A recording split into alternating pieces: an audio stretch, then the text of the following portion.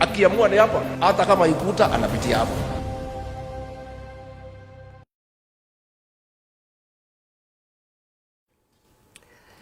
And those who took advantage of that expression of democratic opinion to commit crime also and intended to access State House and take it over unconstitutionally. So that is the context in which I respond to this statement, Mr. Chair.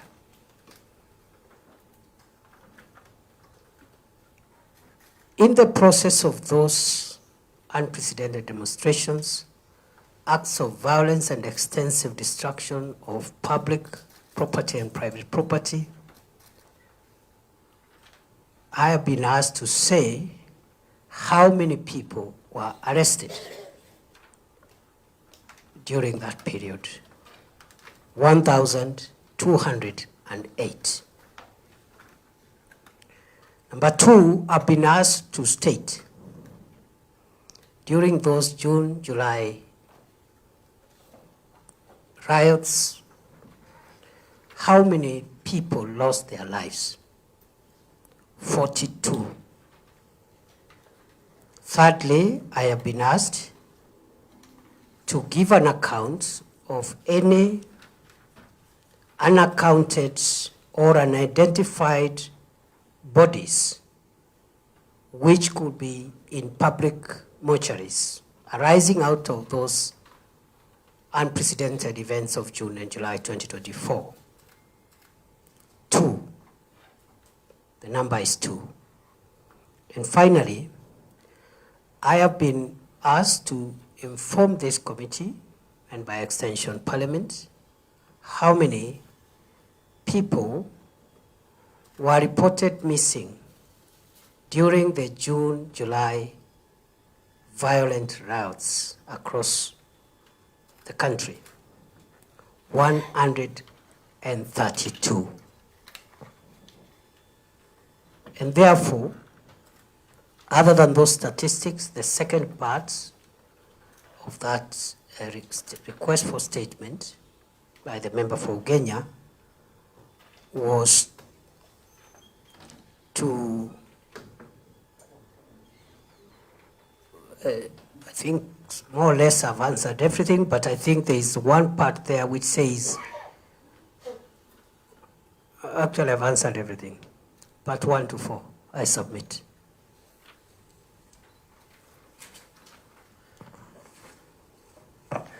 Thank you, Chair. Through you, Chair. Obviously, the statements is extremely underwhelming. Does not even attempt to answer all the questions asked. Honorable Chair, if you look at number 2 of the statement, first of all, in fact, it was a list of the names of those who lost their lives during the demonstrations across the country. The good Chair, good Waziri, has simply given us statistics. These statistics is not stones, they are human beings. If you know the number, ought surely to know the names of these people who lost their lives. Number 2, Honorable Speaker, it is again unfair for the minister to indicate the government has got no policy of abduction and false disappearances. It has been common knowledge because these 132 members who are missing, where are they? They can't just miss out, cannot just disappear in thin air, and yet this is a country of Kenya. We have extensive security network in this country. Where are these people and who are they?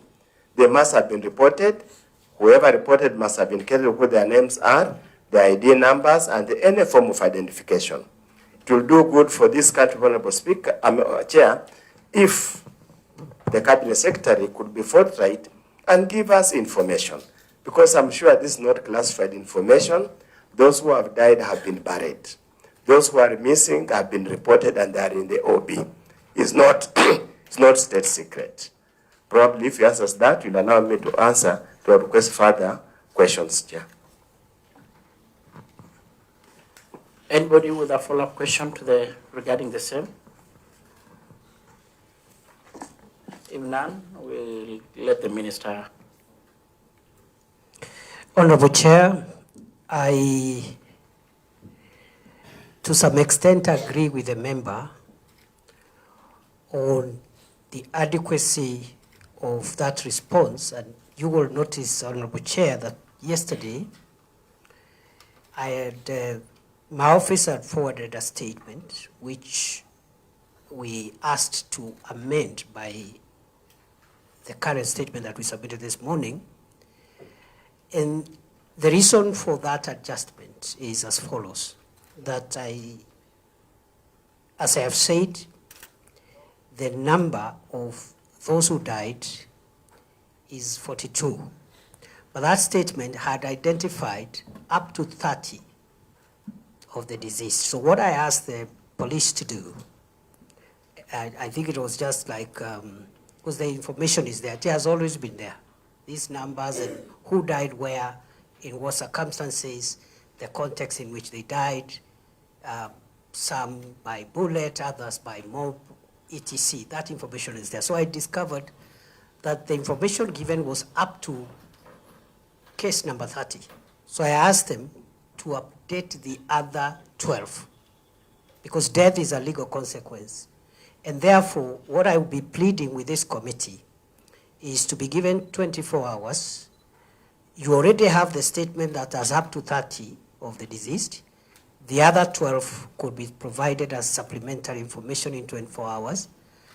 As I have said many times, the government of Kenya has nothing to hide. If a Kenyan died, we cannot hide the fact that a Kenyan has died. What we need to do is to find out the circumstances under which the Kenyan died and ensure that if there is culpability or culpability by any person, including a security official or a law enforcement agency, justice is served, because the law does not allow death outside what is permitted in law. To that extent, I agree the incompleteness of that response, and I beg for 24 hours to again supplement with a more detailed information that includes the last 12 of the cases that were not included in the list which I had forwarded already to the committee yesterday. Secondly, the member has talked about the policy. He believes that government has a policy on abductions, and I disagree with the member with a lot of respect. It is not true, because policy has to be stated, it has to be articulated. Policy cannot be, it's not nebulous, it's not abstract. I, as the minister who is responsible, and including the president himself, have made it clear in public, in private, in all forums, that this administration does not condone abductions or extrajudicial killings or enforced disappearances. So it is unfair to visit a policy of extrajudicial killings on government unless we are provided with the evidence of policy pronouncement, policy articulation that supports this kind of unlawful behavior.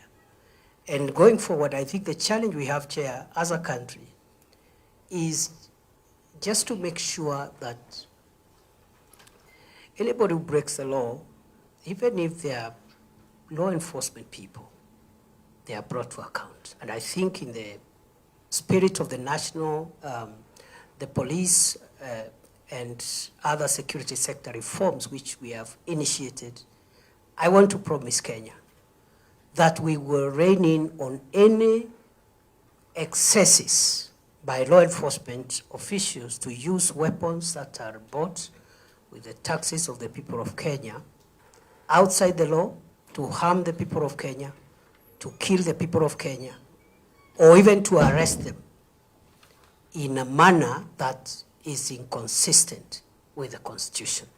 In a nutshell, this government, and I say without fear of contradiction, does not condone extrajudicial killings, does not condone abductions by any person, whether a criminal or a law enforcement agency. Lastly, the member has asked about the missing persons, Again, the supplementary list will contain the OB number and the people who are reported missing per county.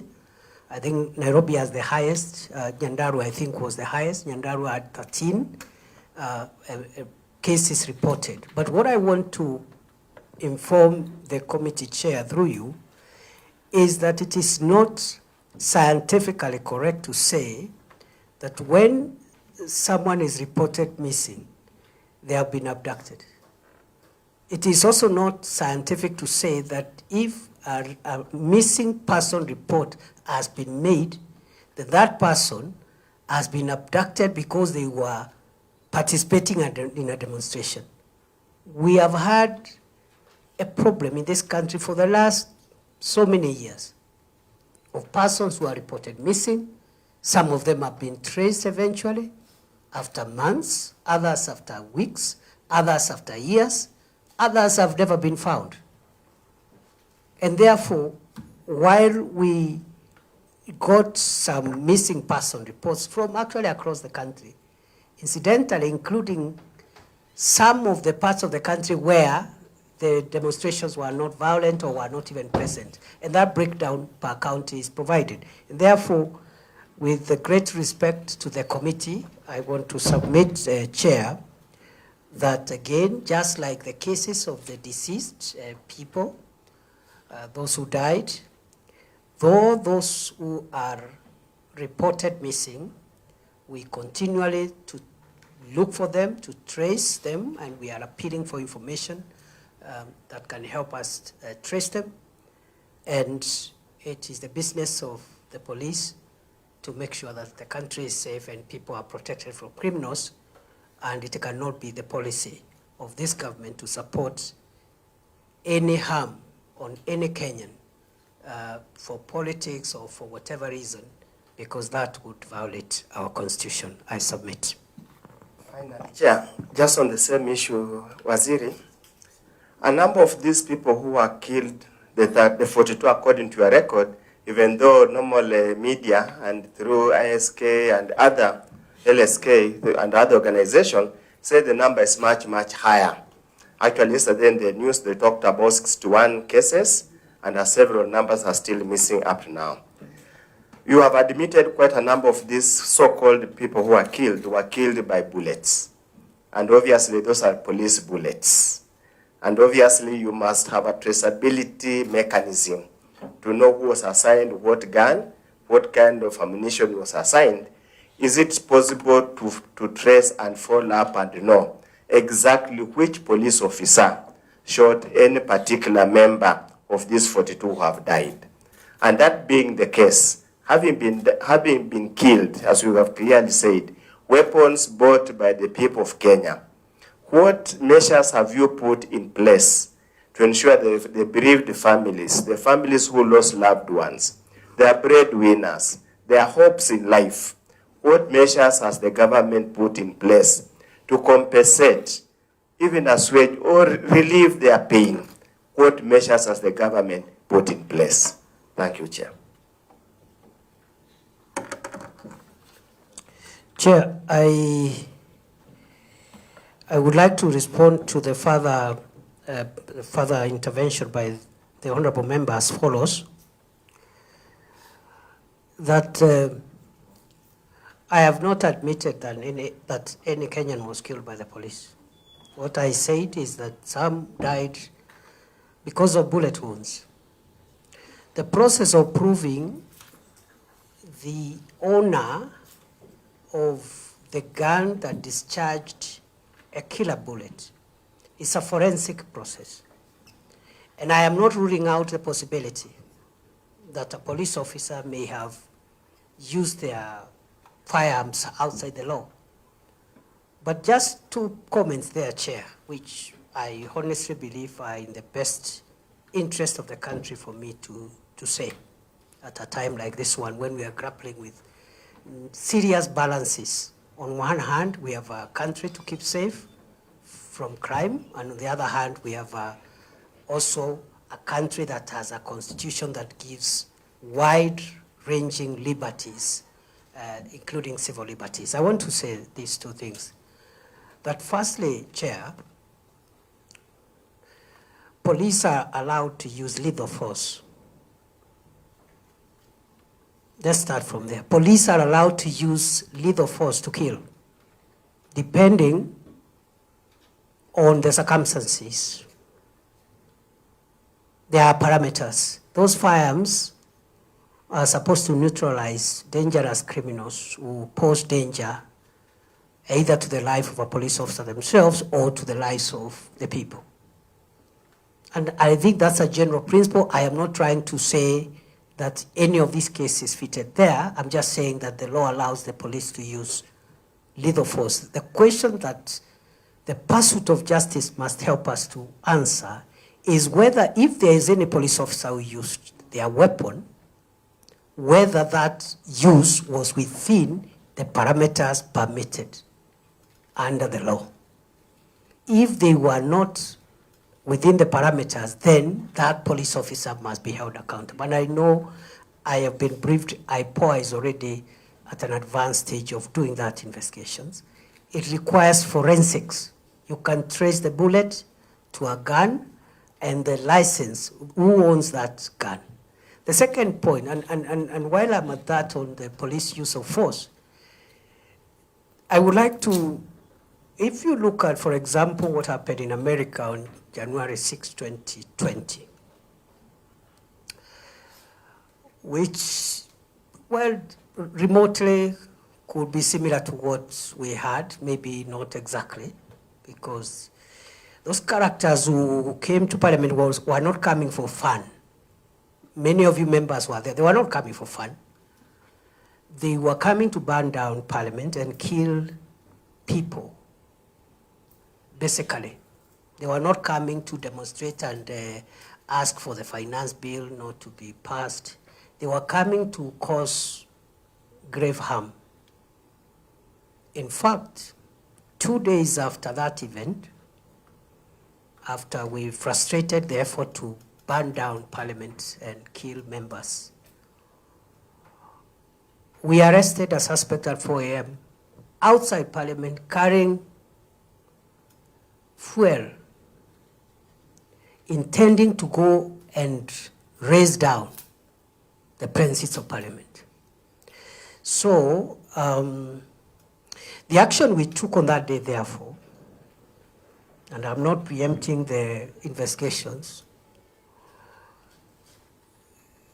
some lives were lost in the process. But I wanted, again, to be fair to our democracy, to compare that with what happened in the US on January 6, 2020, the attack on Capitol Hill, which was actually an attack on American democracy, forced the Senate of the US to make certain decisions and use violence, including harming people, to make a political statement.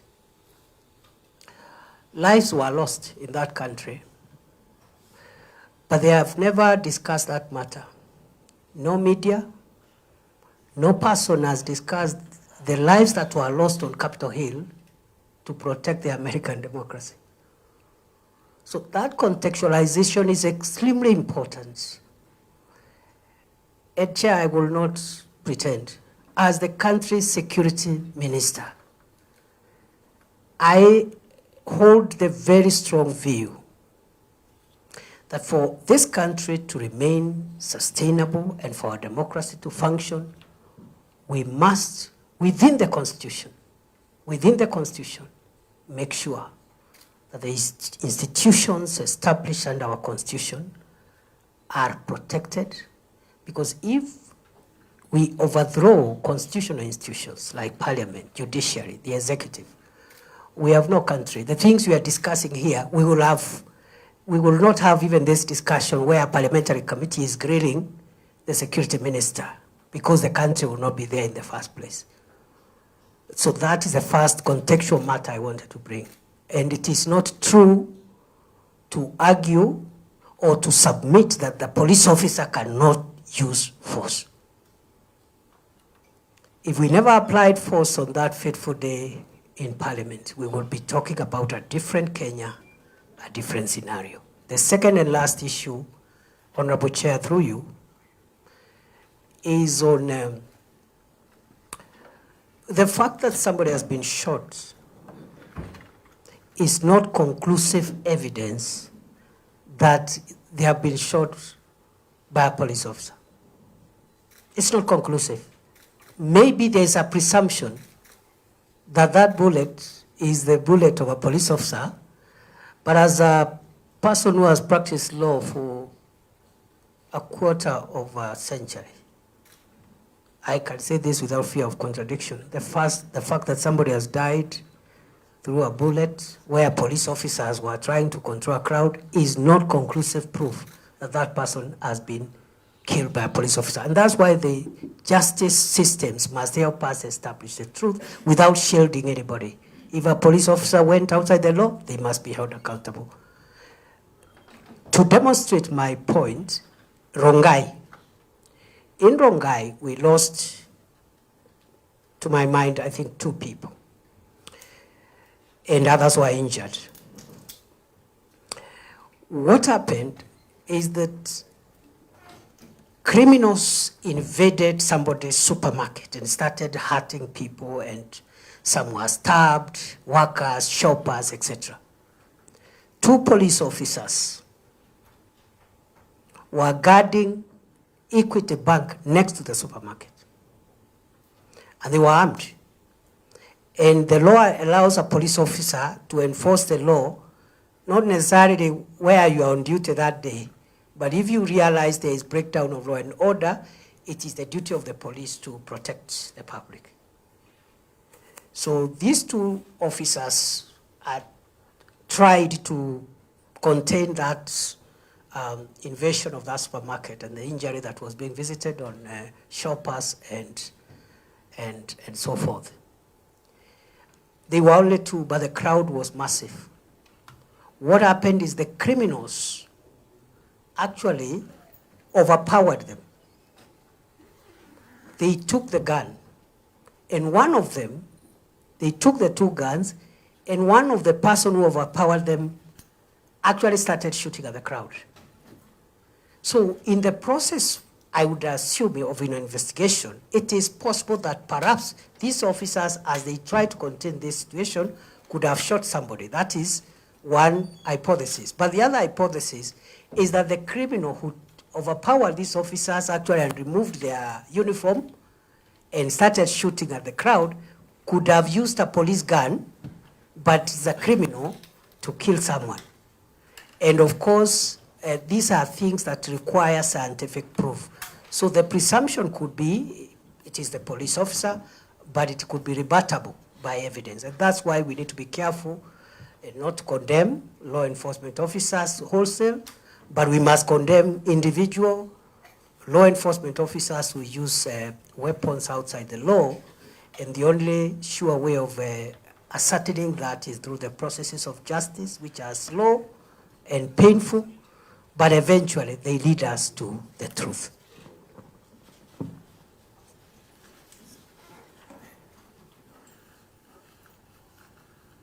You're done, Waziri? Yes, Chair, I submit. Yeah. And in some of the riots, there were private people with firearms. In some cases where we had huge crowds, there were people with firearms inside crowds. So I'm not just defending my officers. I'm also saying they need to be given the benefit of doubt, and otherwise we will lose the morale of our security agencies. And next time there's an attack, they'll say, okay, there's an attack, Parliament, sort out yourselves. God forbid. I submit. Members were aware that, of course, we have got quite a number of the rest of the 6 of the question. I think we can leave at that, and I think the minister has taken undertaking to furnish this committee with the total number of Kenyans who were added to the list of 30. So you had asked for 24 hours? Reply by tomorrow such a time, by tomorrow noon. Thank you so much. Of course, the document will also be the document of the House, and it will be tabled in Parliament. Thank you so much, our brother Window, and a lot of regards from the member who did ask the question actually, Ocheng, he said he was your student. Sometime he confided to me. I hope I did a good job. Yeah, seemingly yes. Yeah, actually dropped a lot of accolade. Now, kindly go to the second question. We have got hardly 1 hour to tackle the rest of the 6. Honorable Chair and honorable members, thank you. The second matter, as guided by the Chair, is the question on insecurity in Fafi constituency. And here I've been asked by the member for Fafi, the Honorable Yakub, to explain reasons why the government is downgrading security levels by discharging 16 National Police Reservists in Fafi, in Bura East sub-county, who are discharged on 6th August 2024. The second issue is that why 17 NPRs who have volunteered to support our security agencies who are dealing with counter-terrorism there have not been armed, yet they are ready to support the security formations there. Then what actions we are taking to enhance security in the constituency, and then also, finally, whether we have a record of abductions by Al-Shabaab or even by security agencies. I would like to respond as follows, that the issue of National Police Reservists is guided by the National Police Service Act. And it provides that the role of NPRs is to support the National Police Service as a reserve. And they can be assigned to support Kenya Police or Administration Police in all the areas that the police have mandate on. And this is preservation of peace, protection of life and property, prevention and detection of crime, apprehension of offenders, and enforcement of laws and regulations of our land. Now, the functions of the work of the National Police Reserve is to support the police, the full-time police deployment. But the Act also provides that NPRs must remain under the command and control of the police formation commanders. And this command has been delegated by the Inspector General of Police to the sub-county police commander, formerly known as OCPDs. They are the commanders of all the police in that sub-county, including NPRs. The Act also subjects NPRs to discipline, just like other police officers. And therefore, issues of command and control and discipline are of the NPRs is still with the Inspector General of Police delegated to the sub-county police commanders. So the particular number of officers, NPR officers who were discharged, as the member correctly has pointed out, were discharged in exercise of the command, control, and discipline procedures of the National Police Service vested on the Inspector General. And they were replaced. In that sense, it takes me to the second part of the question. The second part of the question is saying there is already another 17 who wants to be NPRs. And why have they not been armed? And I want to respond as follows. It is not enough to volunteer that you want to be an NPR. That's not the end, it's the starting point, because the NPRs actually are voluntary support formation for the police. We just once in a while give them a small stipend, and we are trying to see how we make that a bit more determinate. But once there is need for NPRs, as is the case here in Fafi. There is a process of vetting. After vetting, training. After training, the arming, that is equipment, and then now they are deployed. So that process is ongoing. We have not refused to deploy, but we will need first to complete the vetting, do the training, which takes sometimes 4 or 5 weeks, and then after that they are armed, and then deployed. So we will be doing that shortly. And then thirdly, the member wanted to find out what we are doing in Fafi to strengthen the security there. And I want to accept that Ijara Fafi has really given us a lot of challenges in the last almost 1 year, maybe more.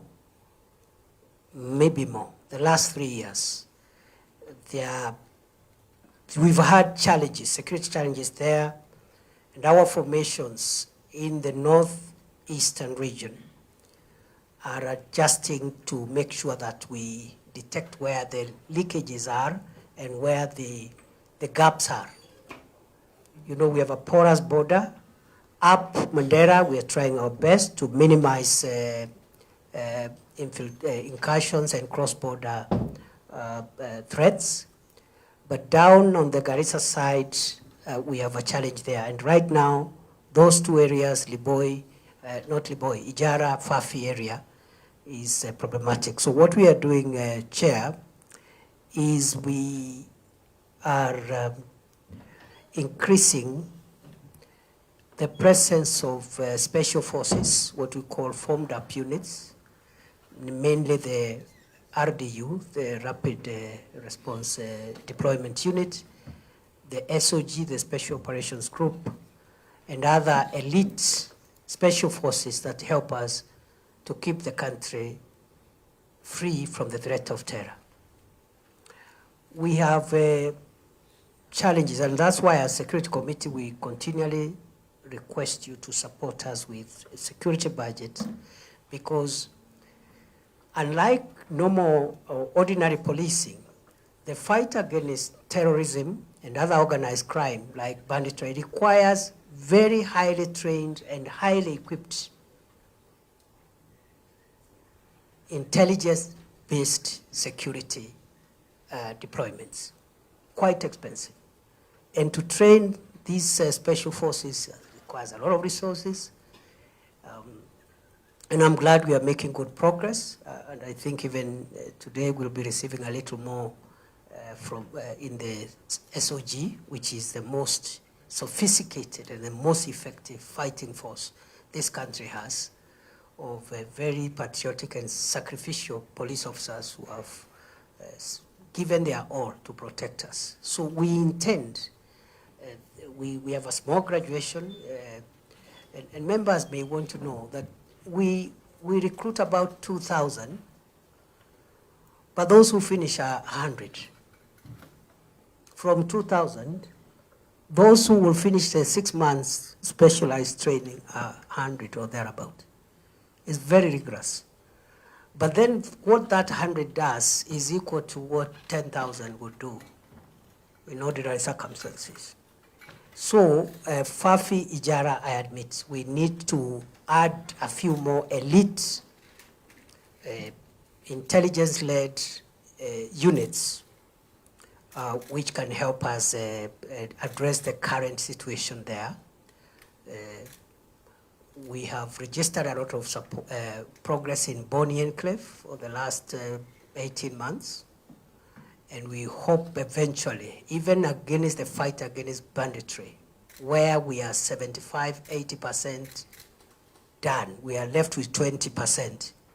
The solution will be in the special forces that will help us get these criminals who have hurt the people of Kenya for a long time. So we are working on that. And of course, we want to involve the communities. That is the last part of the answer. We want to work now with communities to build support for the fight against terror, so that it's not just security-led, government-led.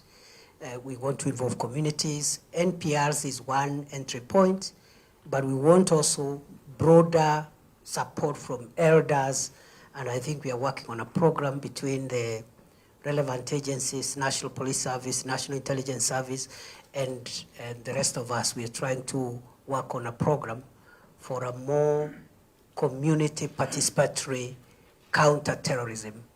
And we should be, this problem, we should get rid of it in a permanent manner if we continue with the current measures we are taking. I submit.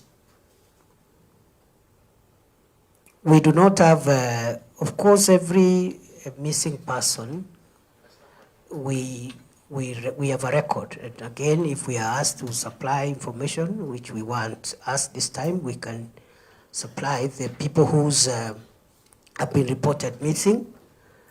But our forces do not abduct people. They should not abduct people.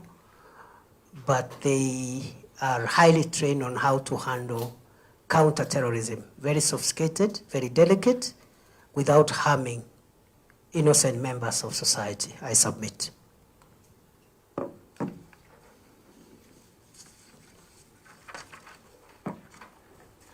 Aidan Waziri? Okay, the member for Fafi is here. He can go on record and maybe seek clarification from the minister before we open for the rest of members. Thank you, Chair.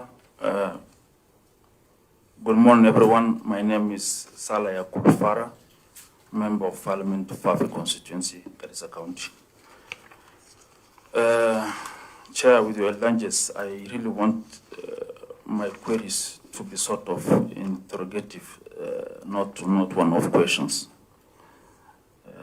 And I want to congratulate first hand the CS for being reappointed. I'm happy that he's back to the docket for continuity purpose. I'm not satisfied in the sense that the answers given by the CS were not to my expectations. I wanted numbers, I wanted figures, I needed some more clarifications. To start with, the CS said the 16 numbers were replaced. The CS said the 16 members were discharged as a result of disciplining and the acts. I want to start by asking the CS, does the CS know where these 16 NPRs were located exactly or placed exactly in Bura East? Bura East has two divisions, Bura East Division and Galmagala Division. Can the CS tell me where exactly were they working? That's my first question, as interrogative sort of. Honorable Chair, that was not part of the request. Deployment of NPRs is the work of the Inspector General. It's not the work of the Minister. The Minister directs the Inspector General on general policy issues, like some of which are being raised here. For example, an area requires NPR. You know, I could tell the IG, please, we need, this is the request, this is, can you now deploy? He deploys.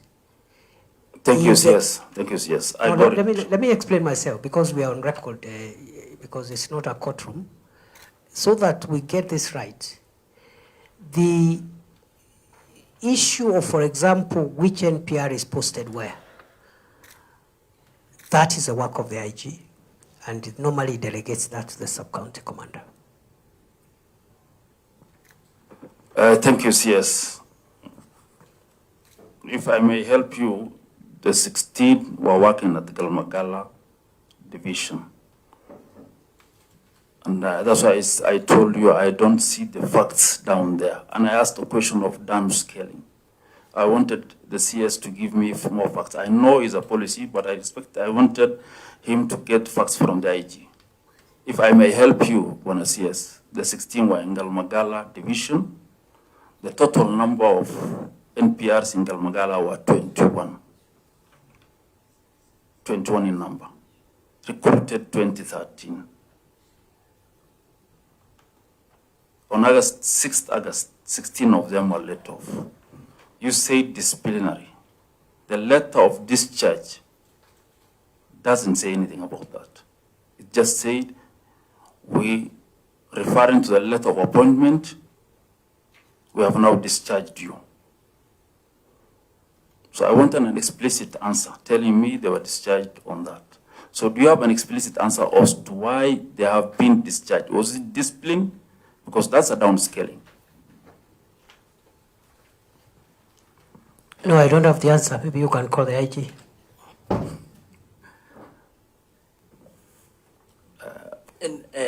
Sibara Waziri, as much as, of course, as clearly put, the CS not only advises or supervises the IG on matters policy, but considering that this is a question that was asked by the member in Parliament, I can understand he's trying to say that the IG is supposed to have furnished the CS with the answer.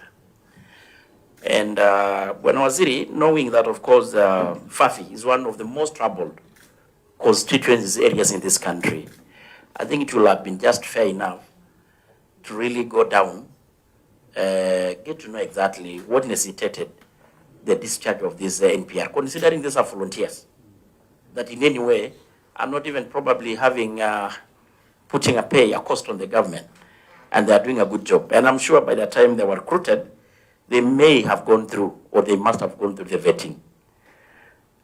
So kindly, if probably the IG did not, we can still allow you to get more precise, accurate answer for the member, so that at least we can really get the answers we sought. Point of order, Chair. Chair, in terms of parliamentary procedure, we ask the minister, the CS, to appear before the committee, because the CS is the overall, both in policy and supervision of a ministry. A departmental head can give that information to the CS. And I thought you should clarify, Chair, the point the honorable member was bringing up, and the response from the CS that that is not his work, it should be asked to the IG. I think it is not in order. Maybe, Chair, you could clarify that so that additional information, if it's not available, the CS should be able to get from the officers. I think I've given a direction. When CS, I think, in due fairness, it should have been fair to say that you have not been I have no problem getting the furnished. information from the IG. I was just talking like a good student of constitutional law. Article 245 of the Constitution. Only two people can direct the IG. One is DPP on matters of investigation. The second one is the Interior Minister on matters of security policy. That is paragraph 3 and 4. Then 5 goes on to even say, notwithstanding these directives, no person may direct the Inspector General on the recruitment, assignment, promotion of any particular officer. So I just wanted to say that I have that constitutional contour to manage, but generally I have the information, I can get it. I have very good working relations with the IG and everybody else, and I don't think there's anything secretive about it. It's security information which is for the good of the people of Fafi. I can get it, maybe the timeline, Chair, if you give me the timeline so that I can comply. Chair, if I can say something. First of all, I'm Rosa Kenyibuyu, Member of Parliament of Kisumu West Constituency. Chair, I think the response by the CS is arrogant. Arrogant and demeaning and dismissive. Really, if we wanted to ask the IG, we would have requested the IG to come here.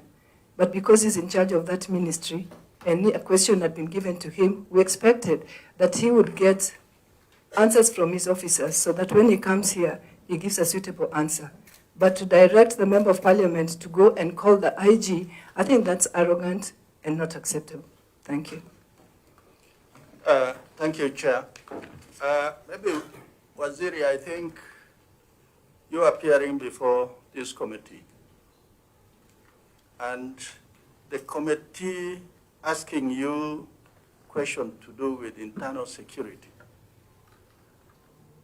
Yes, you are not the IG, but you are the policy head of that institution called national security. I don't want to travel that side. The question I want to pursue is that of Ijara and Fafi. The reason why you give NPR is because there is gap in security, and the police are not enough to really do policing to protect lives and property. The fundamental question the honorable member should have asked, which I want to put to you, is there still need for NPR in those two constituencies where the problem of Al-Shabaab actually is current, it is also fluid, and it is existential, that some of these members are not able to travel freely in their constituencies just because of fearing for their own security. Maybe that is the line we want to pursue with you. Thank you, Chair. Lastly, maybe you can put something. Thank you, Chair. Through the Chair, Bonasias, if in Fafi and Ijara and all other border towns, if there were 21 NPRs and you withdraw 16, meaning there are only 5 remaining, according to me, that is suicidal, extremely dangerous. What measures do you have to curb the insecurity and the problems that we have in those areas? Chair.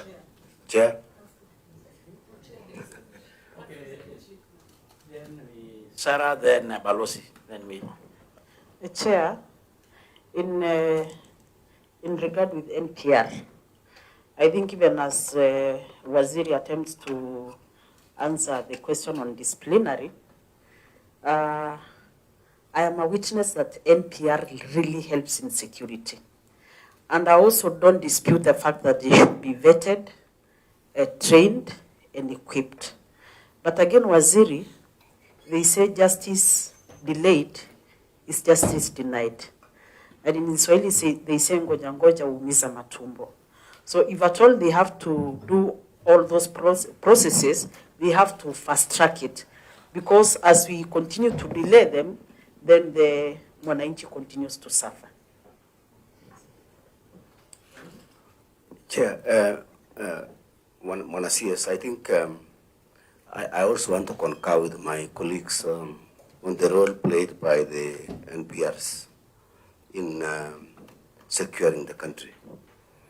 And I think for my colleague from PAFI, he would like to know, and I also would like to know, how long it will take to fast track this 16 the gap which we have now in that area, so that he can be able to tell his constituents. Thank you, Chair.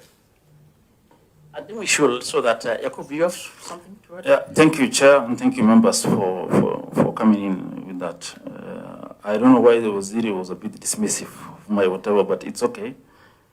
The CS said the gap is known. It's 250. In fact, it's in its table because there's one time with the RC and 250 was recommended in 2023 January. Up to now, nothing was recruited in the entire FAFI.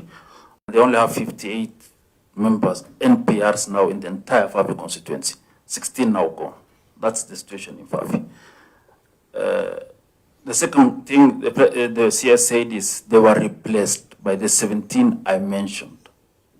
But now that he's saying this is an IG thing, I don't know whether I can continue with the question, because is he sure that those are the 17 to replace? Because these 17 were recruited in 2024, and the 16 were recruited in 2011.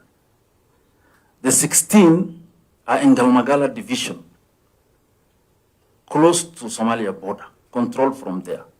The 17 were recruited by a base in Balambala, controlled by SOG camp in Balambala. So surely, is that a replacement? Or is two different forces in two different constituencies? It's not. That's why I said when I raised this question, I told you what we receive is a laptop answers. I don't know whether you will bring the IG so that we can ask these technical questions. Maybe, Honorable Member, the Waziri is here because of your question. Ask the question and say what is the problem, so that we can the question get a solution. Thank you, sir. The question I'm maybe asking, just to guide Yakub. First, you have even noted that actually on basis of priority, we prioritize the question of Avi because we appreciate how trouble it is. And in many occasions, you have even confided to me that you at times even don't even visit your constituency because of insecurity issues. So kindly just ask the question. The question is, let me finish. Yes. If in a situation whereby you're not certified or the CS does not have maybe the response, we will of course agree with him to conduct his officers, that is of course the IG, and still furnish this committee with the responses. Buana CS, are those 17s, who are now working with OCG Raya, is that a replacement or not? Because there are two different places, two different constituencies, 600 apart, 600 kilometers apart. That's my the question. Then on the 17 itself,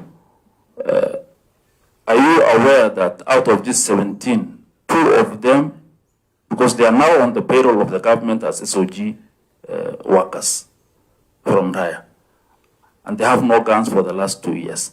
Are you aware that 2 of them have been hunted down in their homes and killed? And if yes, what action is the ministry doing in relation to that?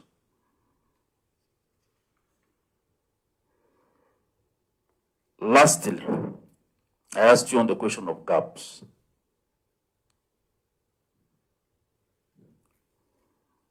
What is the gap of NPR? I just want you to go on record. What is the gap of NPR in Fafi constituency? And what is the ministry doing? And give me, please, some timelines which I can work with. Lastly, on the issue of interventions, you have noted down a lot of things. You have been in office now for 2 years. In your reign, Buenos CS, what is the number of NPR in the last 2 years and a half you have, in the 2 years and a half you have in office? What is the number of NPRs you have recruited in Fafi? That's one question. 2, are you aware that Galmagala is a police station with an OCS? Was that part of the question? No, it's part of the interventions. I'm just asking what he has done on the interventions. Just to guide, Yes. You know, of course, when we do invite the CS or any other officer, we normally furnish them because, you know, they had also to ask from the other officers. So the issue of the police station was part of the question as well. So that we stick to... I'm heading there. I want to ask him on the interventions because he said there's QRU formed, all those things. I want to ask him on the police stations, because this is part of interventions. There's a police station serving a whole division. Does it have a vehicle? It's an intervention. In the 2 years you have in office, do you have a vehicle in that police station? Have you? If not, what are you trying to do in that sense? 3, there's QRUs you have mentioned here. 2 of the QRU is Nanigi and Kamude, each one hosting 80 to 90 soldiers. Do they have vehicles for the 2 years you have been there?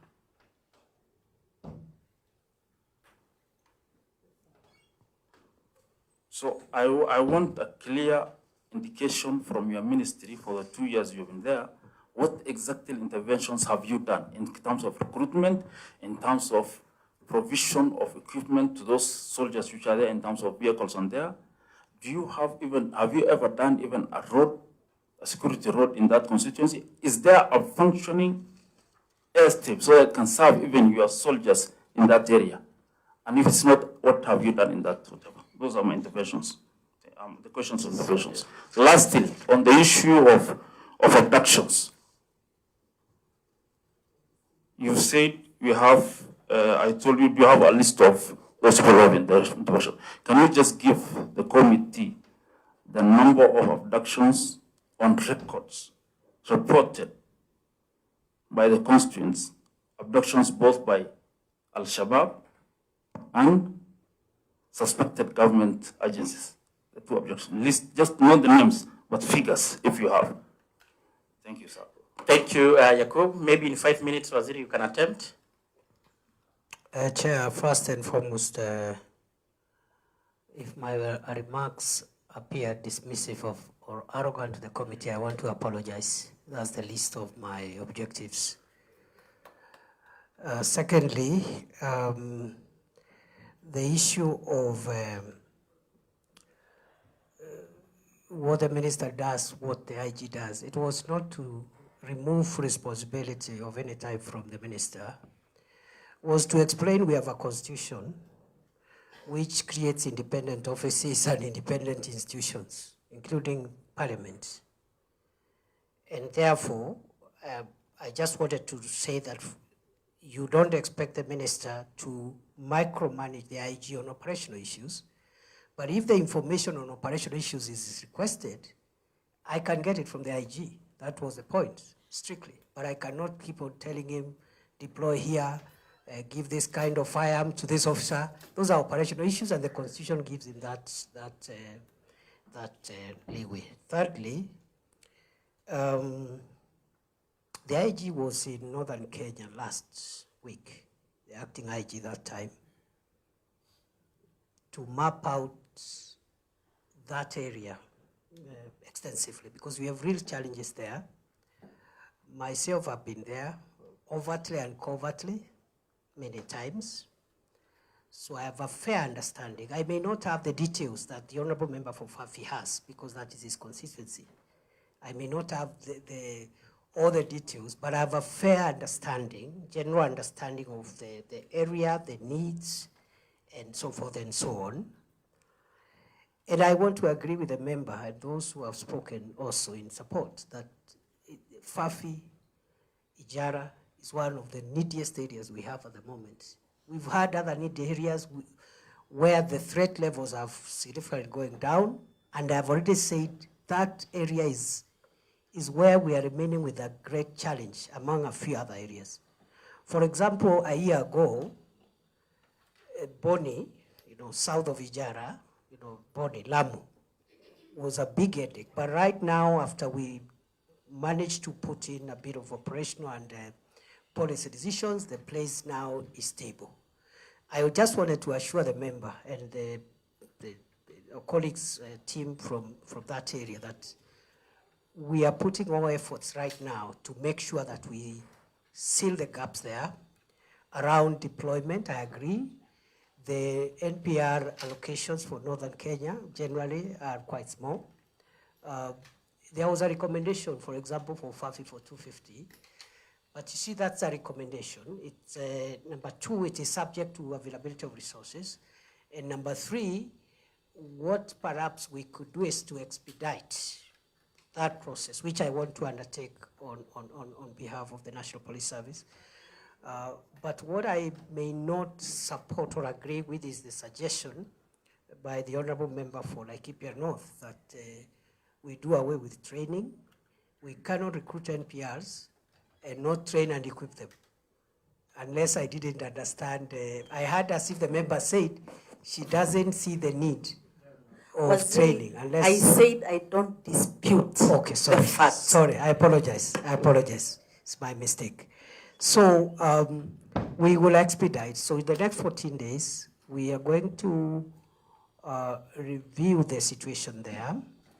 out of the need of 250, we may not have the resources to implement the 250 at once, and therefore we can start with 100 or so, see how that pans out, and maybe another month or two, we can incrementally meet the demand. Even in the places where we have given a commitment for NPR, some of them have never been honored because of resource issues. For Isiolo, Wajir, I'm sure the member for Wajir is here, and so many other places. Even where we have given, we have not given the full complement. But I admit, I think that area, and perhaps that is the reason why that is the area now remaining, giving us a security headache, requires expedited focus, and I want to commit to the member and to the committee that in the next 14 days we will at least start with the deployment of about 100, expedite and look for resources for their training so that they can help us even as we meet the full need for that area. Yes, for record, Waziri, Yeah. for clarity, so that probably we don't go back again, that is Ijara and Fafi area. We can do 100 for a start. Yeah. Because I also know we are constrained for budget, but given the need there, we need to do that. And then secondly, And kindly, on maybe vehicles. as we do, Bwana Waziri, Yeah. the area where the 16 were discharged, Yes. because this is a member who has been actually, we have been in contact for the last 4 or 5 months. Yeah. I remember even the time we had the team led by Kenan of Northeastern team, Yeah. where he actually was appointed the Secretary General. The same of Fafi has been an issue every other time. It is. It's So in can we my, consider, yeah. unless there is extremely compelling reason, to reinstate or to put the 16, which were We'll dismissed? work with local leaders and the police really have to work with the local leaders to assess where the most need should be, and I think there's no problem with assuring that. With regard to vehicles, about half of the police stations in Kenya do not have vehicles. Slightly, actually more than 50%. Because of resource issues. So we are really in a very delicate situation. Between the police and GAO, we need 5,200 vehicles. We just managed to get 1,000, which we have purchased, and they should be with us in about a month's time. And they have taken, Treasury took us rounds from as early as May. We had, and of course for good reasons, because they also didn't have the resources. So we negotiated downwards until we got there, 1,000. What I can promise is that we'll prioritize the most needed stations, including the stations from the members' area. And I know many members here also have many police stations that don't have cars, the OCSs don't have AIE, and so forth and so on. The police equipment modernization program is what we want to use. And now that we have basic heavy hardware, and I think for the second and third year, we can invest more of our own usual security operations budget to take care of police vehicles, as opposed ordinary police vehicles or APCs for places like Ijara and Fafi. And then finally, I think, yes, that's it. The other things I remain guided on how to answer them, because some of them were not part of the statement. I may not have all the information on my fingertips. Help those that, because time is really gone, and we still have got a number of members here. I think the last question was, do we have a number and the figures of the people who have been abducted by either Al-Shabaab or suspected government agency? I think that was the last question. I think that was the last question, but I got the CS, he said he doesn't have those numbers. The reason I raised that question is to see the grimness of the situation, that my people are in fear. Either they're abducted by the government or by Al-Shabaab. No, government does not abduct people, Chair.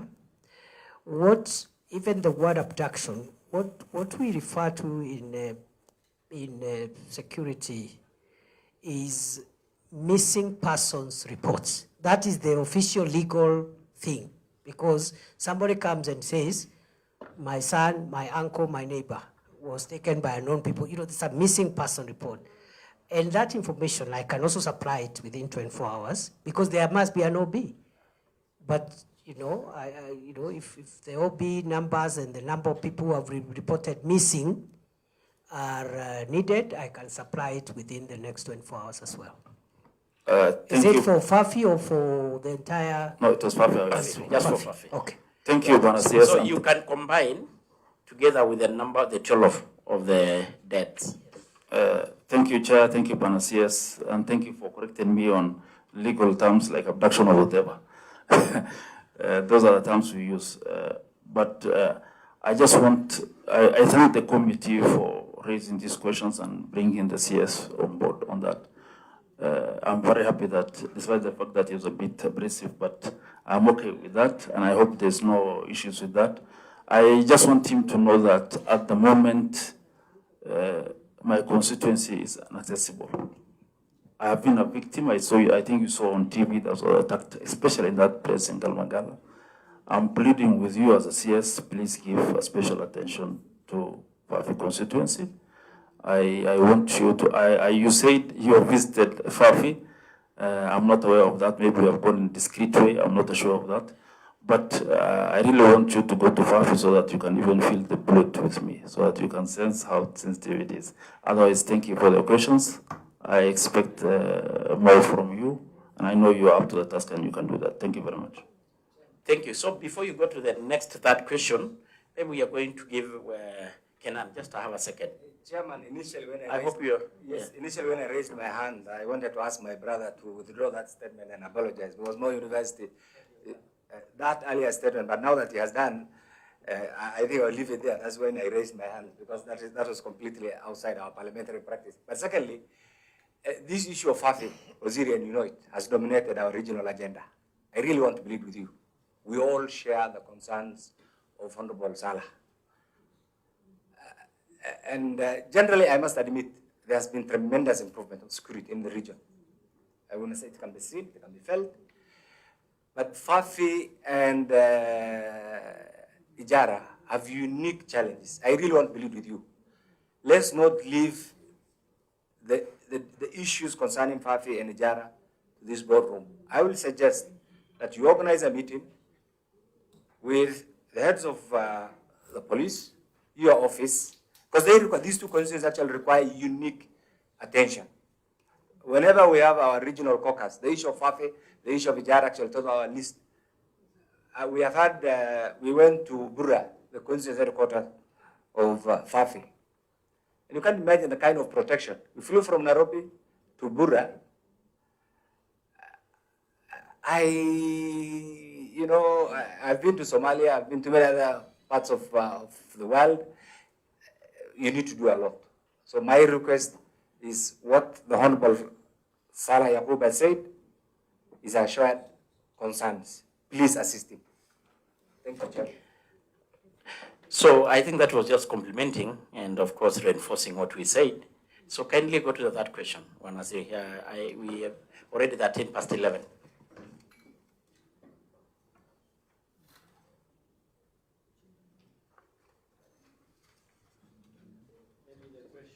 Honorable, I don't know whether it should be Abdi Ali on the issue of brutal attacks of the headers in Gabababa location.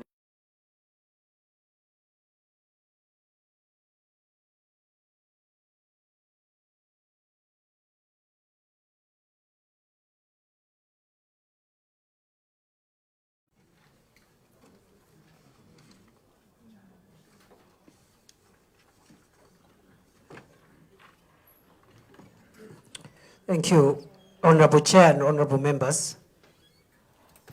I've been asked to tell the committee the steps that we are taking to apprehend the NPR's chiefs, AP officers who attacked herders in Gababa,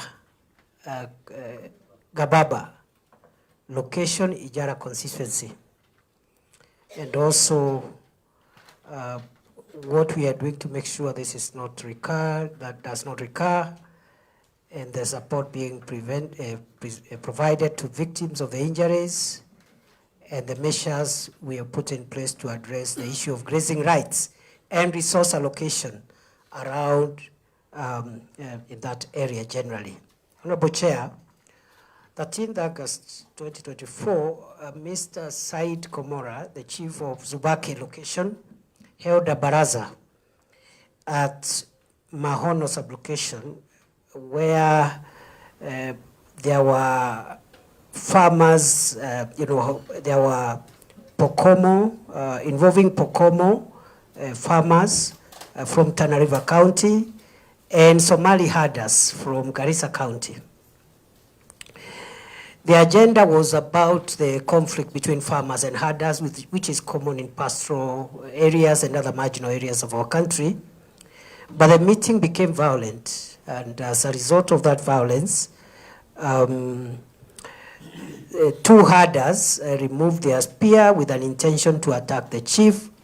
That prompted the NPRs, the two NPRs, who were armed with rifles, to fire 5 rounds of ammunition.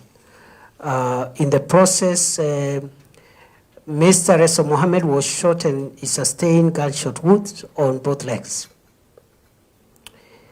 He was rushed to Ijara Sub-County Hospital, where he was admitted in serious condition. The action taken, Honorable Chair, is that the police reservists who were involved in the shootings were disarmed, as is the procedure in these cases. And the DCI Tana River Sub-County has commenced investigations. The case has also been taken over by IPOA, because as I said, misuse of firearms by a police officer is not part of government policy, and therefore IPOA, which is the independent agency that deals with those cases, is already investigating the matter. The two, and then the other issue is what we are doing to make sure that this is not repeated. Number one, peace building and reconciliation initiatives. We have instructed our Nga officers at higher levels to make sure that they revitalize the peace committees and elders to make sure that the community is there, the farmers and the herders continue coexisting peacefully. Number two, we are doing, of course, joint security patrols from by officers from the two counties, Tana River and Garissa. We have reviewed our intelligence gathering to make sure that before such barazas are held, we are able to ascertain the kind of issues that are likely to be emotive and prevent the escalation of emotions that will lead to violent attacks in cases like this. And then we are also in that area revamping our community policing arrangements and facilitating, through again the peace building committees, the negotiation between the two groups, the farmers and the herders, some form of agreements which are very common in those areas. And we hope once the communities agree, we should not have an incident like this occurring again. In terms of compensation for the injury, unfortunately, we do not have any budget to compensate victims of crime. But maybe in the future, if we have budget, we could be assessing some of these cases and identifying possible cases for compensation. So the peace committees, Honorable Chair, have been facilitating mediation, and we hope after that mediation, we will have a peace agreement between those communities and reconciliation. And this is the same for other areas where we are having similar confrontations between farmers, herders, mainly around resources. So the grazing committees have been regularizing, regularizing some of the arrangements, and also we want to believe that this alternative dispute resolution mechanism is the key.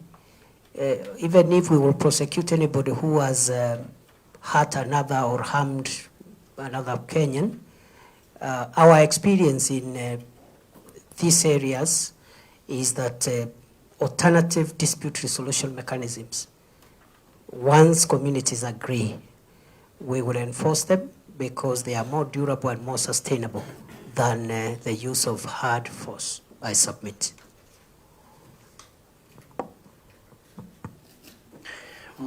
Mheshimiwa, do you have got maybe a clarification further you need? Thank you very much. For record purpose, my name is Abdi Ali Abdi, Member of Parliament for Ijara constituency.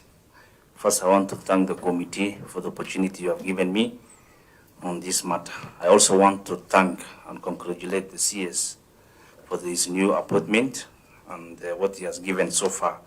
But I just want to say that I'm not contented with the information the CS has given.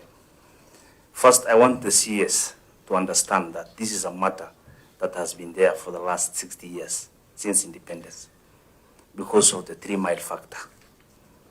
And I know it's not within his mandate, but that's an issue that the ministry need to understand. This has been a problem that has been existing between Garissa County and Tana River, specifically the constituencies along the river.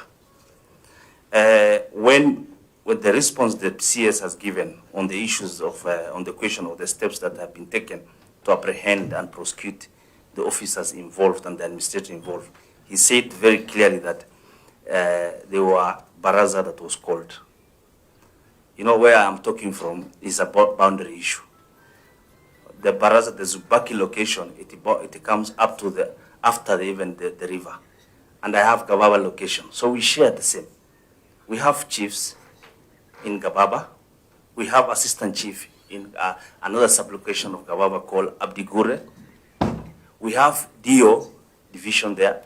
We have DCC there. So if the CS is giving me only the report on the other side, if there were barazas and there were herders involved, why is Ijara DCC not involved? Or the chiefs that were not, the chief from my side were not involved. I'm told that there's a baraza that will take place in this particular sublocation, which is in Tana River. Let us come together and do a peace building reconciliation. First, that information is fallacy. It's not there.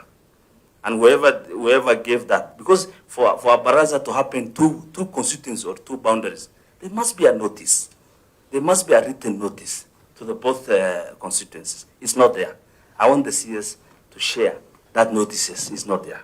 So this was just a one side, and that has been the trend for the last 60 years, where the chief comes from the other side. If there's a problem, comes to this side, he doesn't involve the other chief. They continue doing their own things, come with an NPR, use NPR and police officers to intimidate my people. So when he's telling me the CS, there are only 2 NPRs. There were 8 NPRs and 2 AP officers and 2 chiefs. Because immediately that thing has happened, the OCS from Masalani rushed to the site.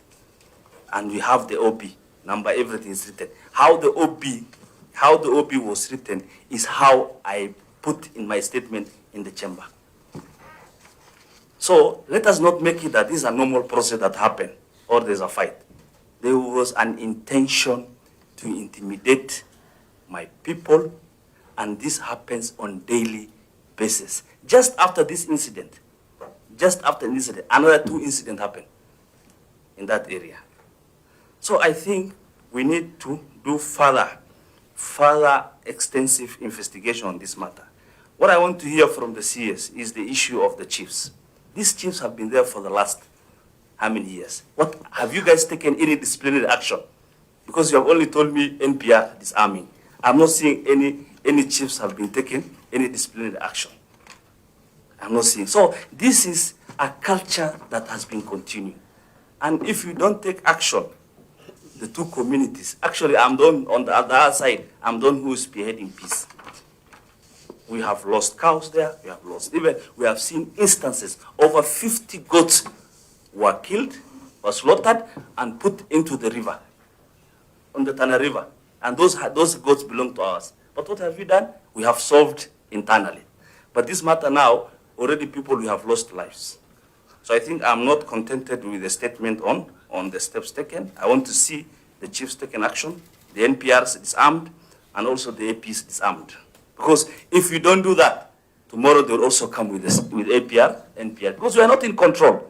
If these NPRs, they are being controlled from the other side. If there's a joint operation, why are we not involved in the DCC Jara and the DCC Hall? I think you've really made clear and passed your point. Yes. So maybe you can let the CS respond. But just to help us, I think actually your question on that, I think is very clear. The steps that are being, the statement that you sought, the steps that have been taken to apprehend and prosecute the NPR, chiefs, APs, officers. And I think the CS, if I heard him well, said is an issue being investigated by POA, which by law, excuse me, yes? If you hear what the CS has said, he has only said two things. Okay, he's here. Yeah, he has said only. Clarify, but for purposes of time, Chair, please, just give me time. Mine, it has not even taken less than 5 minutes. Chair regulates. I'm just requesting. And I know you really passed your point. Yeah. Kindly. No, I'm saying I have asked three questions: the NPR, the chiefs, and the AP.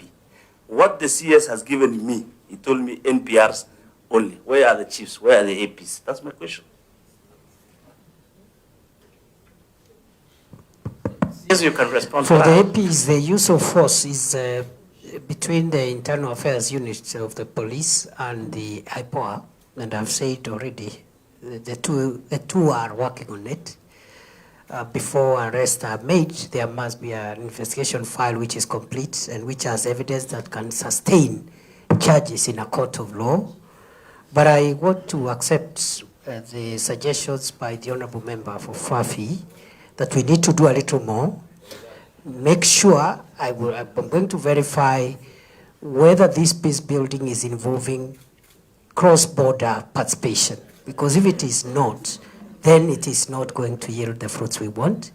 And I'm going to demand from our officers there in the two counties to ensure that it is done and file a written report so that we don't get anything wrong. But I really accept, that it has to be done properly because border issues can be very sensitive. They are long-standing issues. There are no quick fixes around it. And more than half of the counties of Kenya have this kind of very emotive and delicate issues that need to be handled well. I take the suggestions by the member of Fafi, and Ijara and Fafi, they are neighbors. I'm sorry for the confusion. The member for Ijara. Thank you. So just on the same, I think, if I got him right also, carry investigation. If there are officers, the chiefs, who are in any way involved in the wrongdoing, so that, of course, they can also, matters of discipline can be initiated. Absolutely. Thank you, Chair. CS, I just want to pursue what Honorable Abdi there has asked. I think these are the sort of questions that should never appear before a parliamentary committee. This is a strong omission by the Ngao officers on the ground. If they quickly came together, the culprits were going to be arrested and taken to court. So for that reason, I think going forward, this is really administrative. It is not policy. It is not within the ambit of the cabinet secretary. So for that reason, it's good the question has come. But I think it's high time we start that differentiation of what should come before a committee and what should be settled on the ground by DCCs and county commissioners. Thank you, Chair. Just suggestion. And it's already 11:30, so I kindly ask members to... One suggestion. Waziri, I've had the privilege of serving with many other former members of parliament. Actually, this is the 6th member in Ijara. This problem has been there. It is historical. You are the first occupant of that office with a legal mind. I'm not trying to impute any improper motive on your predecessors. Can you be reformist and courageous enough and face this problem of Ijara and Garissa, and you know the ingredients? And for the sake of peace, tranquility, and posterity, Because you know, the fear of the unknown is what has Chairman, everybody fears. Nobody wants to make a decision. And you know, in my culture, we say the worst crime one can commit is indecision. Can you be bold enough, courageous enough? Because you have the legal mind, you have the political support, you have what it takes, and we pray for you, and solve this issue. And you know what it takes to solve this issue? It was historical. Those historical issues are not there. Immediately after independence, you know what happened. The politics of Tana River, the politics of Somalia, you know the politics. Those things are no more. Nobody wants to go the other side. In fact, if anything, everybody wants to come the Kenyan side. So my plea to the minister is, be courageous enough, solve this problem so that the next member who will come after 20 years, I want him to, of course I don't want to interview with the people of Ijara, but I think he's doing very well. So that this young member can say in his reign, this problem between Garissa and by extension Ijara and Tana River has been sorted out by one progressive, candid, strong minister. And you go on. Sarah, what is it again, kindly, so that we move? No, Chair. Very high-ranking member. I just want is always valid. I just want to say in 2 minutes that I support what Honorable Ras is saying, that the Waziri should put his foot down on his Ngao officers in both Tana River and Garissa, starting with the county commissioner down.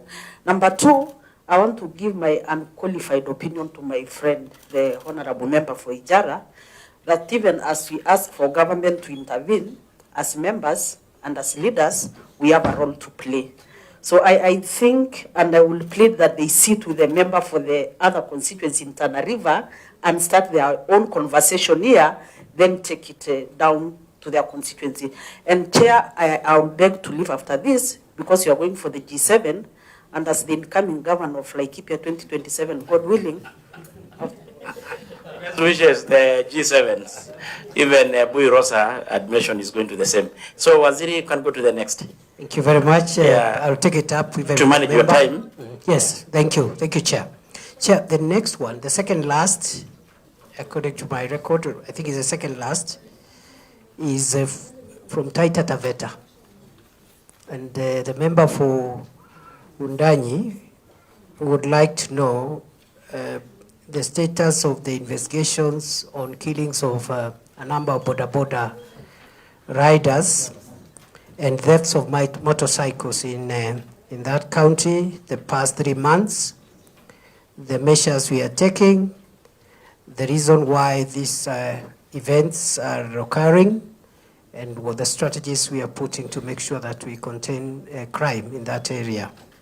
I respond as follows. We've had, during the last few months, about 7 cases. The first one, Frank Wanjala, deceased, 23 years old, a border rider, was killed on 7th of August. A security guard actually, reported that he found a body with injuries, and the facts are there.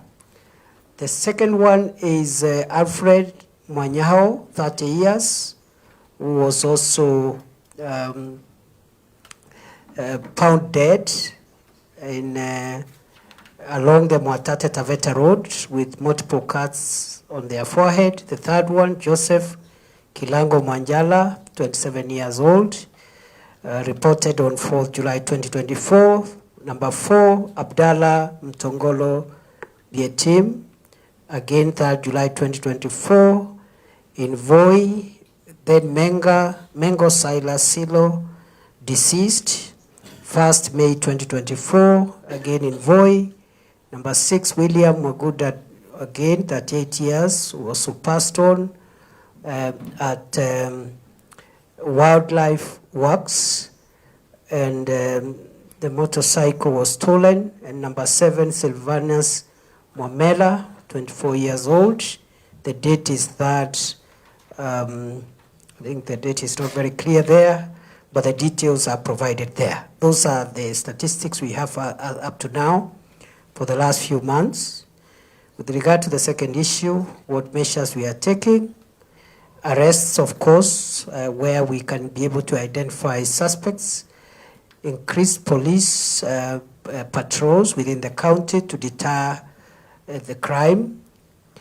we have asked the Taita Taveta County Policing, Taita Taveta County Security Team, which is chaired by the County Commissioner, to give us a roadmap on revitalization of community policing as a way of preventing these things. Most of these attacks appear at night, and therefore the support of communities, because they know their localities, through the policing, county policing arrangements, community policing arrangements are important. Then Ngao have been asked to develop also a long-term intervention mechanism. And when I looked at this statement, actually I spoke to the county commissioner and the county police commander.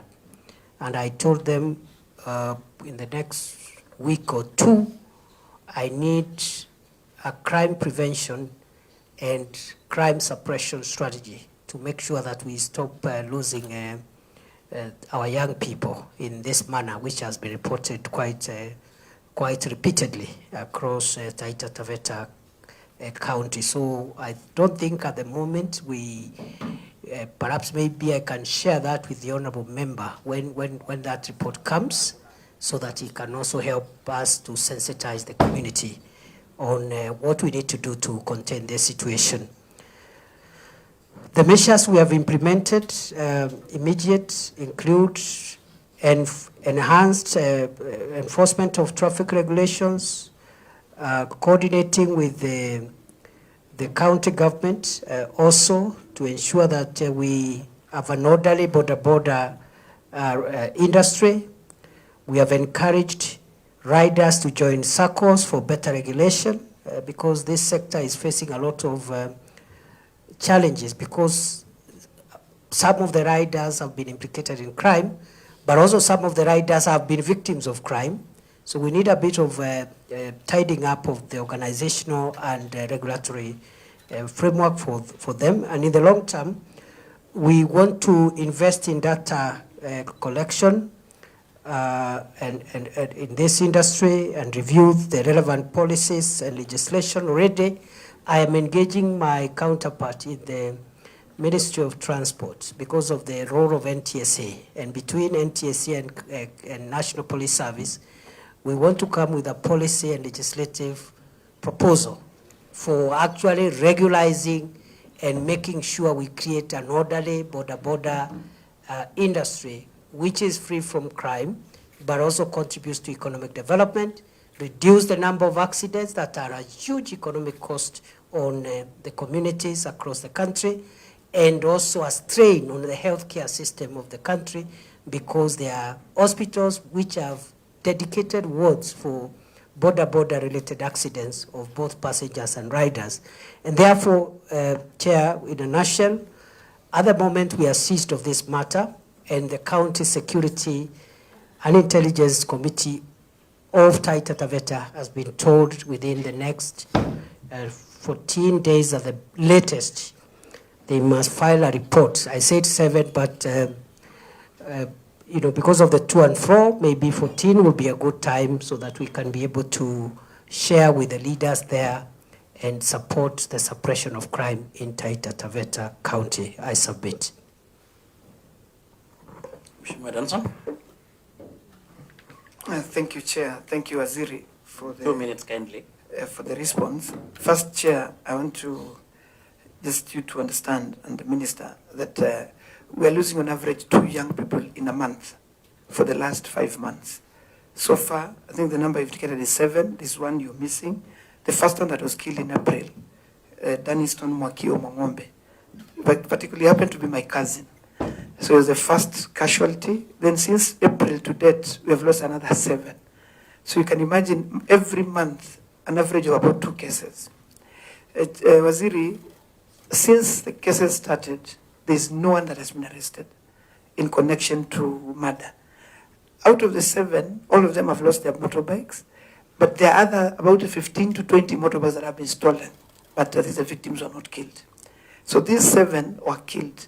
So I keep wondering whether this country, our intelligence is working, whether DCI is working. Cases, killings, and the same fashion. the bodies are dismembered, their deep cuts, they're all, brutally murdered. And when the first case happened, Chair, we spoke to the security operators in Taita Taveta. They said that was the last. Then the second one happened. They said it is the last. Last Friday, Saturday, we buried the most recent one. Just last Saturday. So this, and when I sought for this statement, we were at number 5. Now we are at number 7. So Waziri, I think there's something that is totally broken down in terms of security and intelligence in Taita Taveta, which needs to be fixed. And one area that I want to say, Chair, you allow me, Waziri, remember when you were appointed the first time, you came up with an indication that police officers that have stayed 3 years in a station needs to be reshuffled. I think this is a high time that happens in Taita Taveta. Any police person who has stayed in Voi and in the larger Taita Taveta for the last 3 years, I think that's where we need to start. So that then we can start afresh. Because we can't be losing young people. Average 25 years. It is sad. And now that we buried the last one last week, I want to believe that this is the last, now that we are engaging. Because just call your officers to order, let them work. DCI, intelligence, and the entire security committee, let them work. Lastly, Chair, it's apparent that all these border guys have been at motorbikes on credit. When they're just about to finish paying for the loans, or they've just finished, is when the border get missing. So we're also asking your ministry to investigate whether these guys who lend to motorcycles to border operators, whether they know something about this issue. Because it is happening that all the borders are on credit, but they have 5,000-10,000 to finish, but the borders are stolen. And therefore, so that then if there is a connection, we need to call them into order. And lastly, when they sign for those agreements, they are told that the motorcycles are insured. But there's never compensation. They get stolen, and that is it. The families do not get any compensation. And lastly, okay, I've said lastly enough times, but I need to say this, that even as we do this, Chair, and I feel this statement is not, I know the capacity Waziri has. I think this statement has just been sent from either the county commissioner or the county commander. It doesn't look like it is a serious statement. Just saying border has to go join circles, border to, it doesn't have content. And I'm sure that's why, Waziri, when you looked at it, you called and asked for another report to be filed in 2 weeks. I want to request, Waziri, I think that kuna mchezo mahali. Because in the country, Chair, I've done some investigation. The whole country, for the last 5 months, we've lost less than 15 border operators. 7 of them are from Taita Taveta. So there's something in Taita Taveta that is happening that needs more, your eye in Taita Taveta. 7 out of 15 in the country, a small county, a peaceful county, there's a problem. Chair, there's a rumor, I don't see us to confirm, that there was a murder convict that escaped Manyani in March.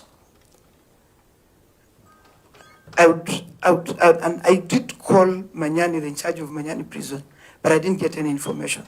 But it appeared in some gutter press that there's a murder convict who happened to be he had committed murder a year ago in my constituency, and he was convicted for 30 years. The rumor has it he was in a gutter press somewhere, and people in the social media that he had disappeared. So I want you to confirm whether that is a position, and if it's a position, maybe that can be. Maybe there is a connection. Thank you, Chair.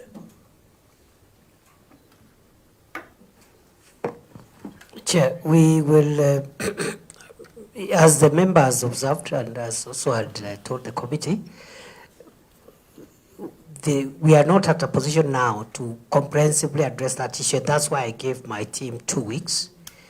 But what I want to agree with the member outrightly now is the issue of the deployment we have in Taita Taveta at the moment. That's something we can administratively look at even as we wait for the report. both DCI and the NIS team there.